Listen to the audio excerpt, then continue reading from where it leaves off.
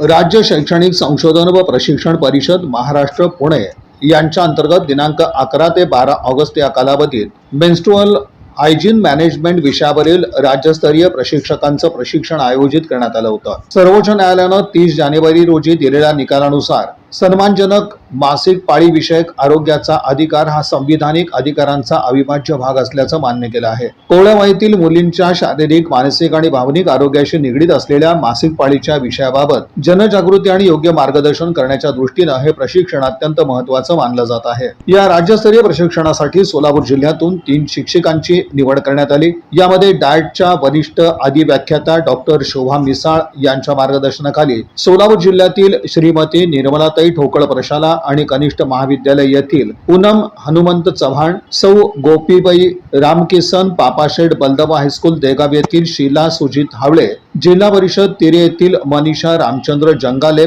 यांचा यात समावेश आहे।